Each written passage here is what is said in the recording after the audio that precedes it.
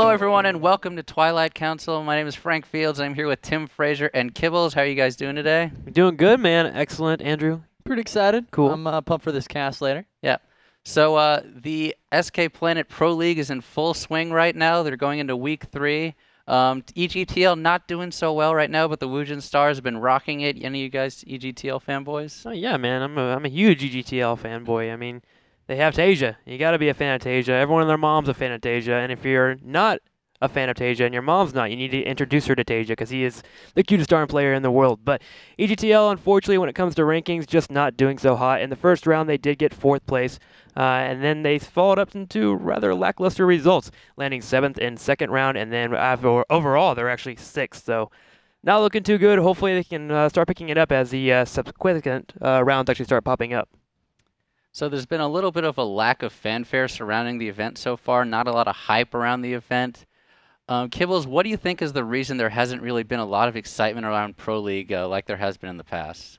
Well, you know, the format of Pro League really lends itself to allowing players to only be visible in their ideal element. We see a lot of it is the map pool is really favored towards certain races. You can bring out players for that. And in the all-kill format, it kind of makes for matches that, well, you know the player's losing because this is just such a difficult map for them. And, you know, one of the things that really brings about caters towards player development and becoming a fan of a player is making it that you get to see a player when they're in their weakest, you know, state where they have to maybe struggle really hard to make it through adversity. And it's just not something that we see a lot of in Pro League, unfortunately, because it's always, you know, like the tip-top position for them to be presenting themselves in. Yeah, we've seen all these players now in Pro League from the various Kespa teams. We haven't really seen them that much in individual leagues. We haven't seen them play against a lot of the GOM players. And we really don't get to see them go through any adversity. Tim, what do you think we'll have to do in order to, you know, build up the personalities around these players? Well, I really think one of the big things to do is to get the personality of a player out is A, they need to be in a tournament to where the storyline's going on, and B, the caster's job is it's really important for the caster to bring a presentation, a view on the player and their profiles. And unfortunately, the casters that were chosen for Pro League don't really seem to know enough information about them. I've actually tuned out of a lot of Pro League casts because I just don't know anything about the players whatsoever. I came into StarCraft 2 after I played Halo for a couple of years, and unfortunately when it came to Brood War, I had no idea competitive StarCraft actually existed. So hopefully the casters can maybe do a little bit of research for me, because as a viewer I want to find out about them, but the information is not there, and they are our English broadcasters. I don't know Korean, so I will never learn who my players are. Yeah, Kibble is actually going to the next topic. You talked a little bit about the maps that have been in Pro League. In IPL, we're actually going to announce that we're doing a map tournament starting February 1st, where we're going to showcase 7 maps that are not really on any tournament circuits, and, you know, see what players like them. We're going to go into our first map, but Tim, I know you've had a lot of high things to say about this map. Why don't you tell us a little bit about it and why you like the features of this map? Yeah, I'm actually really excited for this map. It's going to be ESV Abode, actually. It's really cool. If you want to look into the main, the natural, and the third, they're actually pretty similar to a majority of maps. The third is actually a little bit pushed away compared to most, but still, it's pretty relatively easy to grab. And the real story of the map is this 4th, the 5th, and the 6th. They become a little bit harder to grab. First off, your inward base is actually towards the middle of the map, which means that for a lot of majority of pushes, you're going to die to a lot of timing, so you want to move to this area. So the real option is actually to play mid-level aggressive play and try and grab advantages that way. The thing is, there's no real strong early 2-base pushes that can happen. Look at the middle of the map. It's really well designed. Look at a Sentry Immortal timing on this. There's no way you can just beeline across the middle of the map and hit that perfect timing that you usually want to hit. You actually need to do some pathing. Walk through this side, go through the middle, go through there, and you also have to have a lot of control on your map, and then the awareness as well in the top right corner. Because if you have an Immortal Sentry all in, pushing in the bottom left, suddenly a good amount of links push over to the right and can go into your natural and do a counter attack. I just love the layout and how, I guess, a map awareness really pops out and how mid-level aggression is going to play out. I don't know. I like Abode, and I really hope that it does make it in the map pool. Yeah, it's a very interesting map. It's a lot different than the things we've seen so far. Kibbles, what do you like about the map that you've chosen to showcase for us? Well, I have chosen Starry Night, TPW Starry Night, and, well, the tile set's beautiful. That's the first thing that jumps out at me here. But as we get deeper into this map, first off, it's large. I am a big fan of really big maps. They have very varied play style to them. Of course, my favorite maps from all time, Crevasse and Daybreak. So let's take a look at how this is similar to them, because I've actually made comments to you guys about how I feel like if they had a baby, Crevasse and Daybreak, this is somewhat what it would look like. Gotta love babies, man. 14 bases. Every base is very different. We see, some they've got like only 3, 4, 5, 6 mineral patches, a whole varied suit of these options here.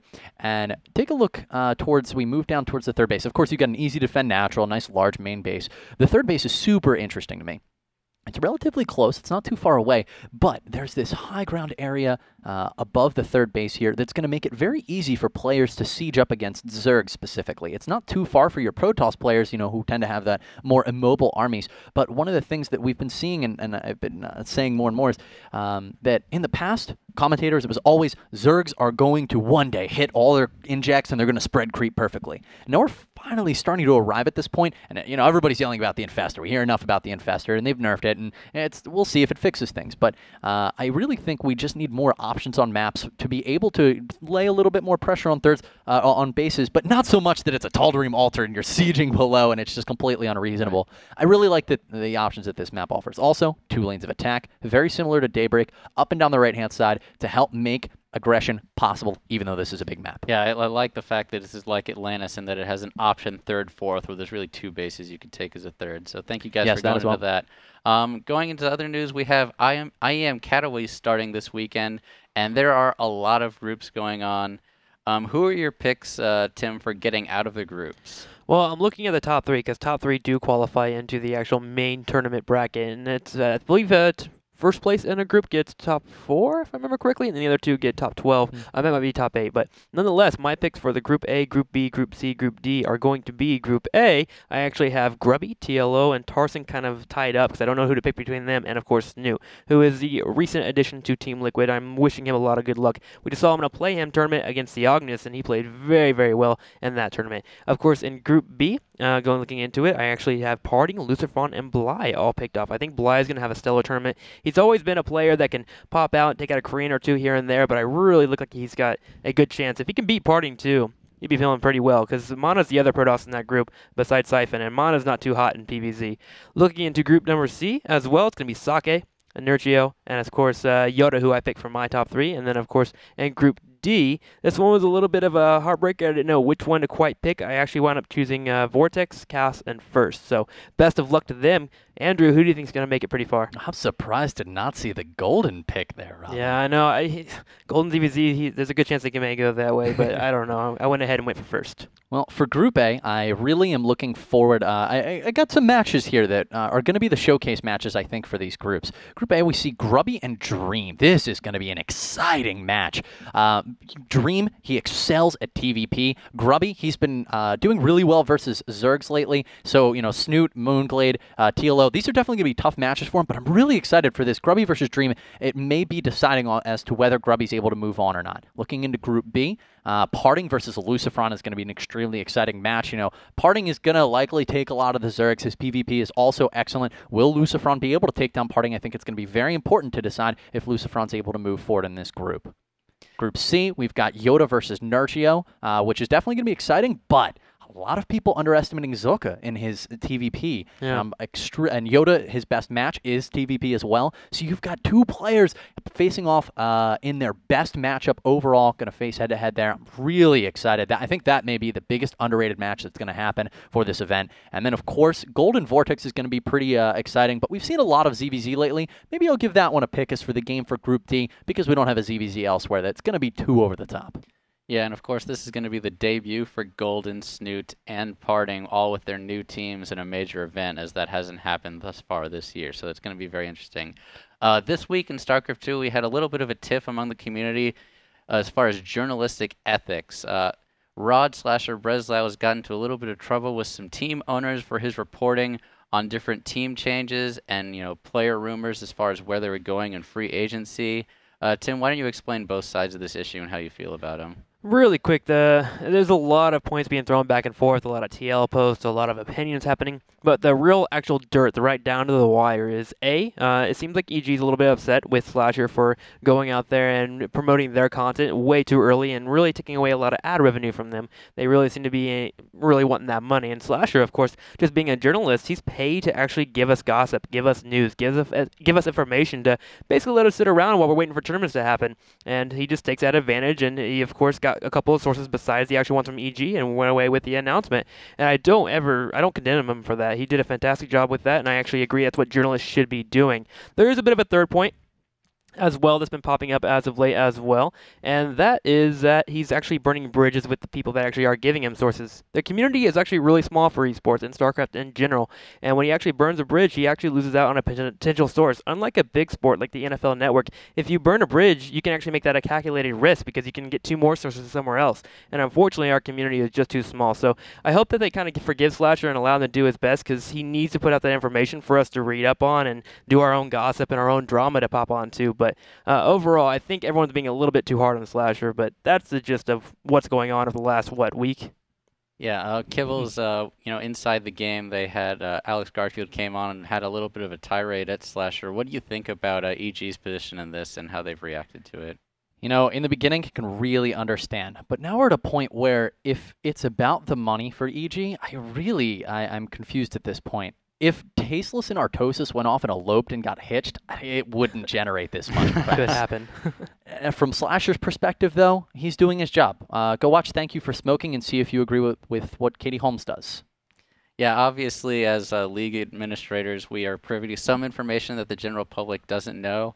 And obviously, we can't use that for a journalistic means. That would be unethical. But at the same time, as a journalist, it is your duty to report on the news, and all of this talk generates buzz around the players. There was more buzz around Snoot and Jaedong and many other acquisitions that otherwise would have been, and I really think that Slasher is doing a good service here for the esports community, so I say good on him.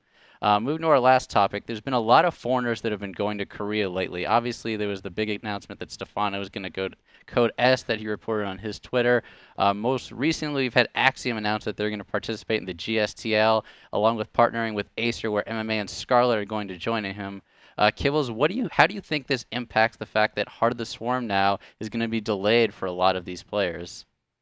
Well, looking at how we've seen players move from Brood War to Wings of Liberty, a lot of players, it took a little bit of time, but ultimately your mechanics were able to prevail. And, the strategies related to RTS games are similar between even games that are so different, such as Brood War and StarCraft 2. So our shift from StarCraft 2 to Wings of Liberty, everybody's calling it a different game. It is. It's an entirely different game. It's not just a simple patch or anything like that. But continuing to practice in Wings of Liberty is not going to by any means hurt your ability to perform in Heart of the Swarm. It's important to know the units and how they're going to operate and to be able to use them, but I think the extent of it goes down to that. I don't think it's going to impede on their ability to perform well in the new expansion too much. Yeah, and Tim, what do you feel about the progression of high-level play as far as Heart of the Swarm? Is this really going to hurt people, or do you think that everything's going to be all right? No, I don't think it's going to hurt anyone whatsoever. First off, we're going to have players that have actually switched off to Heart of the Swarm already, so they're going to be at the highest level of play. And then these players that are going to Korea, Grubby, Scarlet, and of course Stefano, they're going to be in a training environment to where they can see how the Koreans play out. They're going to get their mechanics down and get work ethic down as well. And that's just going to translate into Heart of the Swarm. I played Halo 2 into Halo 3, and when the game changed up, there wasn't really a big difference at the first part of really how mechanics were played out. Strategy comes later on in the game, and that's pretty easy to learn if you know what you're doing in terms of how to actually play a game in itself. So I think they're going to be fine. Heart of the Swarm play, it will come down in a few months, but right now the money's in Wings of Liberty, and I can't really shame them for going into a situation where they're going to be playing at the highest level of tournaments and just being the best of the best. Yeah, really, as we know, there's going to be IEM events and MLG that are going to be Heart of the Swarm, while obviously IPL is going to be Wings of Liberty. However, there are a lot of leagues left, such as GSL, that are GSTL also, that are going to be Wings of Liberty for a while, and it shouldn't impact things too much. That about is going to wrap up our episode of Twilight Council. Make sure you tune in next week, and make sure you check out all of our content at IGN.com/IPL. Make sure to follow these guys on Twitter. Thanks for joining us, guys, and we're going to see you next time.